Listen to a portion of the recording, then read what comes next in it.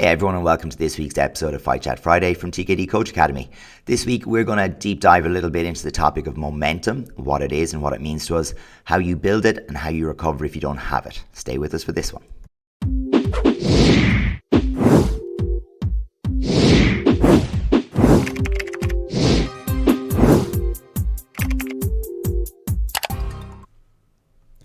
Hey everybody, welcome to episode 122 of Fight Chat Friday.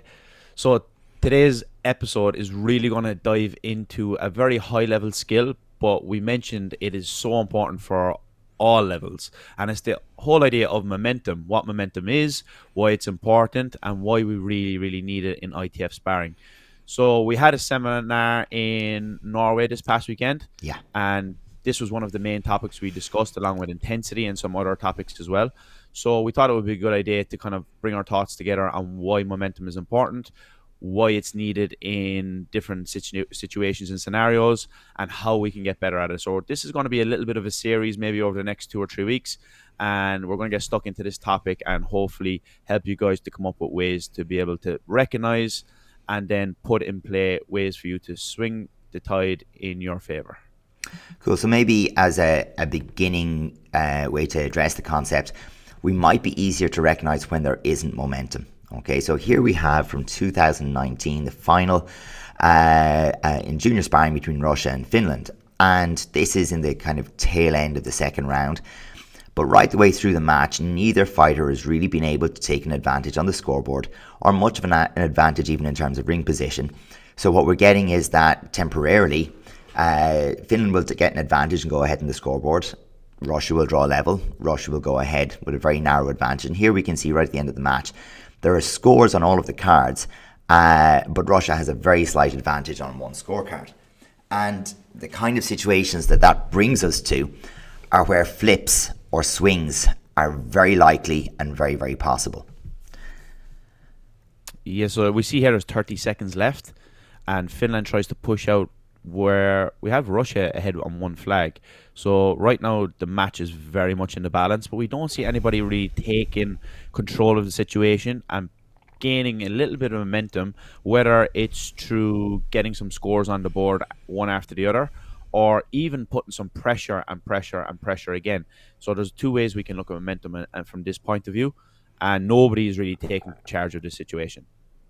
And there we get the situation. There you go. Yeah.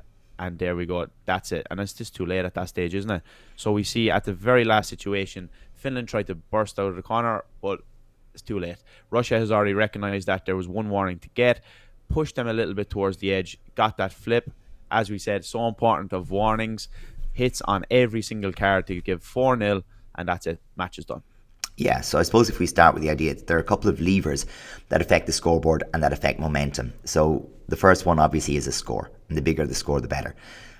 Then there is building scores. So if you can have consecutive unanswered scores, that will really help you to build momentum, and we'll have examples of each of these. You can also build momentum through increasing tempo to the point where your opponent isn't comfortable and where they're reacting to you. And you can have it in terms of your ring position. So if you're making the other person spar in a part of the ring that suits you and not them, again, that will add up over time. But it's like getting the ball rolling. Once you get it rolling, if you can keep it rolling, it'll build up speed. And that's what we're trying to do to make sure that all the time the match is going, it's gathering pace in our favor. Like we said with the example where there's no momentum, it leads to these swings.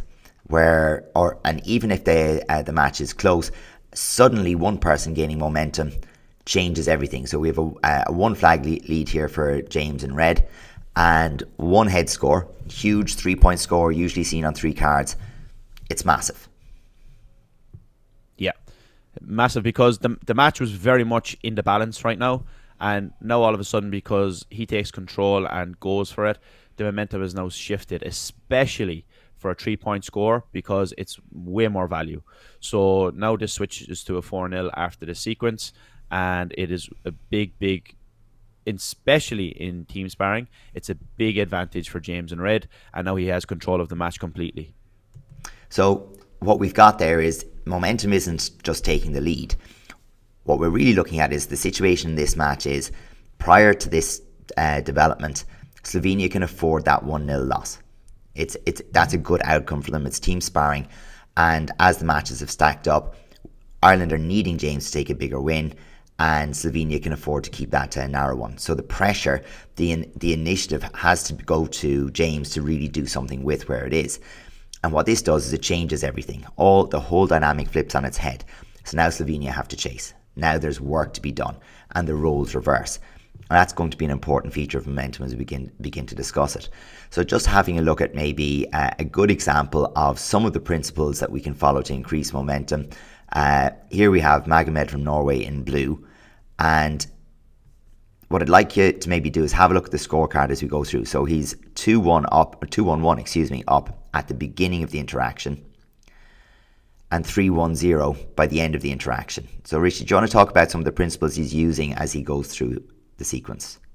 Yeah, so he's really building up some pressure here off his front leg to squeeze his opponent towards the edge, which gives him less outs.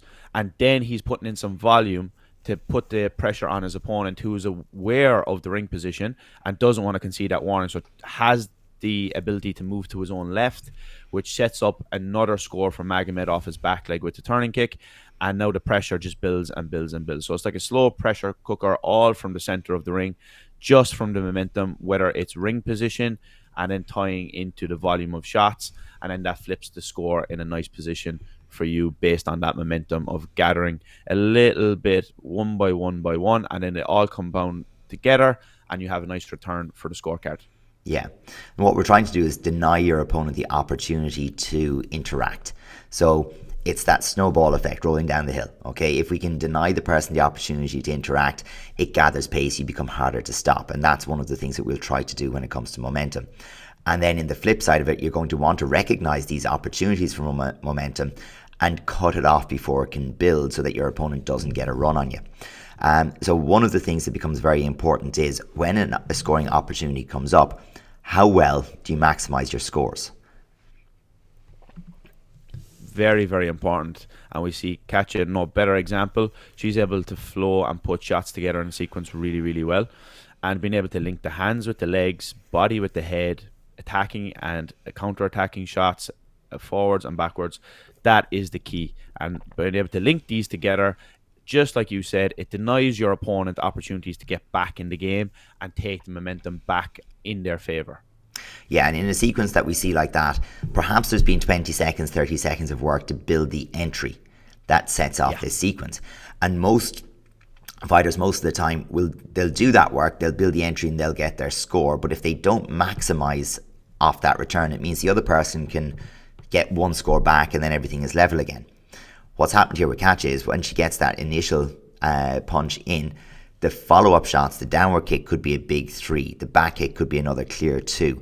The turning kick maybe on one card is going to put it. So you could be scoring 5-6 points out of this exchange, which is more than are given as clear scores in most matches, you know, when the match is tight. So that one exchange could be, nah, you're done now, you're out of this match. And that's what you're trying to do, because mentally that puts pressure on your opponent then. You know, you go from being in a good level match 1 minute in, then this one exchange happens in 5 seconds and you're losing 4-0 by 3 points, 4 points on each card. And naturally, your brain tells you you're in a bit of trouble and you stop making good decisions at that point in time. Very quickly, you lose control of that situation in just maybe 2 or 3 seconds. And Katja, with the variety she gives, showcases to all the different corners potentially of the different shots. So she's gaining shots, maybe 2 points on this corner, 3 points on this corner because of the variety of the shots, which is also a very important thing that you need to consider when trying to maximize the scores. So another thing that you can do, and people who follow football or any of the traditional field sports will be familiar with this one as well. If you get a run on unanswered scores, it becomes a huge deal. So most matches by their nature are to and fro. People have opportunities to get ahead and opportunities to catch up. But if you can build 2 or 3 unanswered scores, it sets that pattern and it starts to change the rhythm of things quite a bit as well. And that's another slightly slower and less dramatic way to build momentum. But, you know, being the one who gets the sequence of scores or a continuous sequence of scores has a big effect. Absolutely. And this is one of the rules we have in our ebook for the 10 sparring rules that are very important. It's create, don't wait. And that's a key. You have to be the one that's initiating, whether it's through movement, whether it's through feinting or feinting. But if you just hold your position and wait for the other person, there's going to be no answer only for them to attack and put you under pressure. Yeah. So you need to create, even if you're a counter fighter, you need to be able to create movement, create traps, and create opportunities for your opponent to overcommit.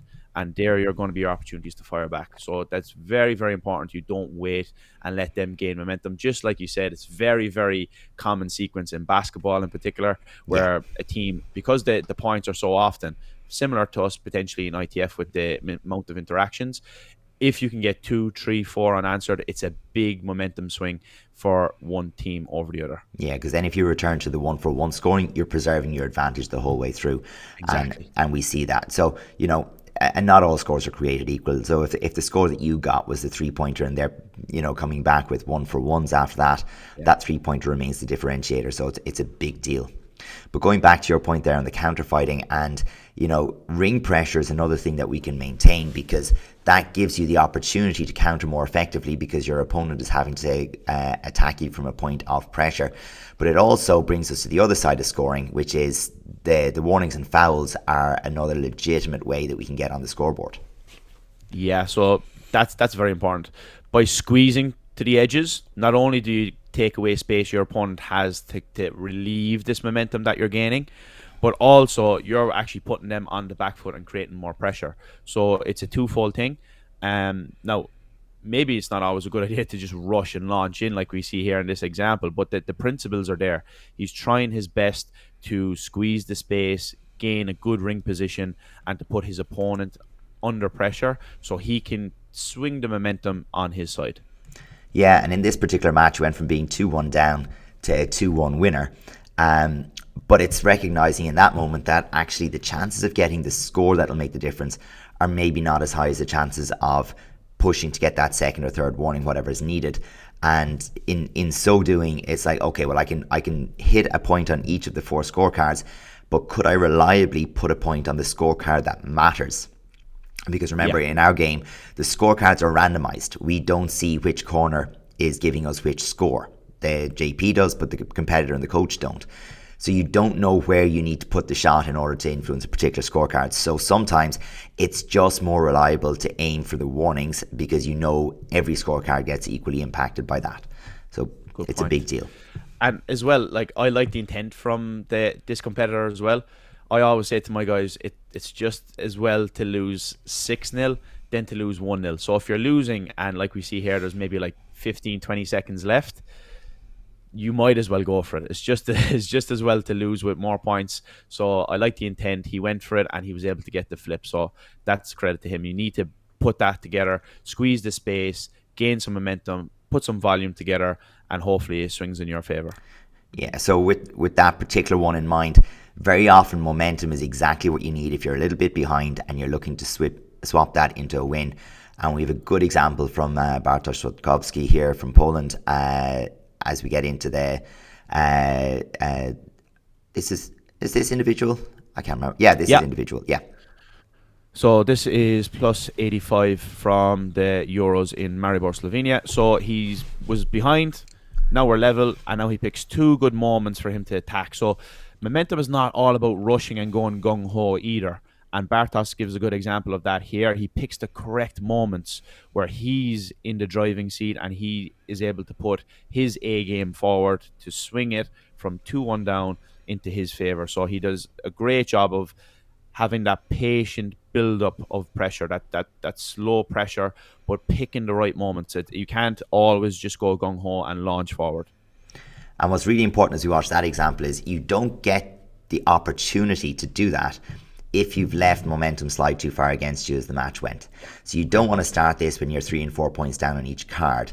You want to interrupt your opponent's momentum long before that point in time, so that you are able to influence it by having one momentum shift in your favor.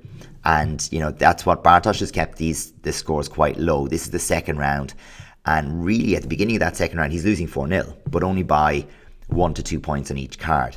And he's pushed his way back into it, simplifying the game, increasing the pressure, looking for those direct scores, and by having a sequence of 3 or 4 unanswered scores or exchanges where he's come out with the slight advantage, yeah, he's built the momentum back. And then it's become difficult because one of the things with momentum is when you have it and it goes against you. So when it's been going one way and then the tide turns and it goes the other way, for a little while the advantage is with the person who's gained the momentum. And where we see this most often is when someone brings a match back to level just before the end of the second round, and then it goes into overtime and you have to spar that extra minute. Very often the person who was behind the whole match but drew level is on an upsurge, and they're able to carry that momentum forward because psychologically they didn't lose, they kind of won the micro game. So the person who was leading only needed to close out the fight. They were winning in their head, they had it won, and in going to level it feels like a loss, where the person who brought it to level feels like they've won something by getting it to level. And often that little bit of an advantage carries through into the extra round. And I think as well with the current scoreboard that we have in our ITF, the blocks, let's say, makes that visual much more clearer, that the momentum swings quite quickly because of that visual that we have on the scoreboard. So let's go to what we call the holy trinity of momentum. What can you do? So this is, like, I like to relate it to basketball. This is the equivalent of getting the jump shot and the foul and then scoring your free. So you've got one person on picking up a personal foul, and you've got your 3 points. Yeah, so while we're looking for an ITF, we're looking for you to get a score, also get a warning for your opponent, and a good ring position. And Axel Vargas here, who gives a nice example, maybe not all at once, but he gives the example nonetheless. So you get a clear point on the score, you give your opponent a warning, so that's another momentum in your favor, and then you get a good ring position. He holds the center. Yeah. So by linking all these three things together, he's really putting the pressure on his opponent and giving all the advantages on his side, which gives him a lot of momentum. Yeah, and in this case it goes warning first and then like the ring position and score. So it goes in an unusual order, but it doesn't matter which order you take them in. They're just more or less in the one sequence. They're uninterrupted by your opponent. And the reason that we kind of have those as the Holy Trinity is you're influencing a lot of the things that you can control and you're getting a reward on the scoreboard. So the warning is 1/3 away to a point deduction. So that's really good. And often that warning is because your opponent fell or exited. Okay, so not in this case, but it doesn't matter how the warning comes. It's a little bit, it's a fraction of another advantage you're putting in the bank. You might need that later. It's like a 1.3 point. Yeah. So you get the score with a punch, it's like a 1.3. Yeah. Because obviously you need 3 warnings to add up to get another point on the scorecard. So that's a nice way of thinking it. It's not just a 1-point technique if you can get that double. And if you start to apply these principles right from the very, very beginning of the match, you've got 4 minutes to build up these incremental gains. And the Team GB, as far as the Olympics, spoke about this, particularly with the track cycling going back to Beijing when they really started to come to dominate, and they've talked about accumulation of marginal gains. And this is the whole thing.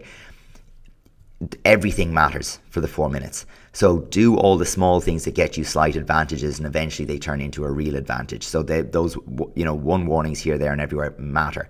The second thing being the ring position. So you are from the same perspective. If you're on the outside of the edge, you've 1 foot outside the ring, and so on, you're at risk of conceding a warning all the time. So you're going to concede some, and we know we don't want to be conceding more than 5 warnings maximum across the match. Otherwise, we're just giving too much of an advantage to our opponent. So putting our opponent in a position where they're more likely to concede future warnings is like starting with a head start. Like we said, what was it, 12, 14 restarts on average per match? On average, yeah.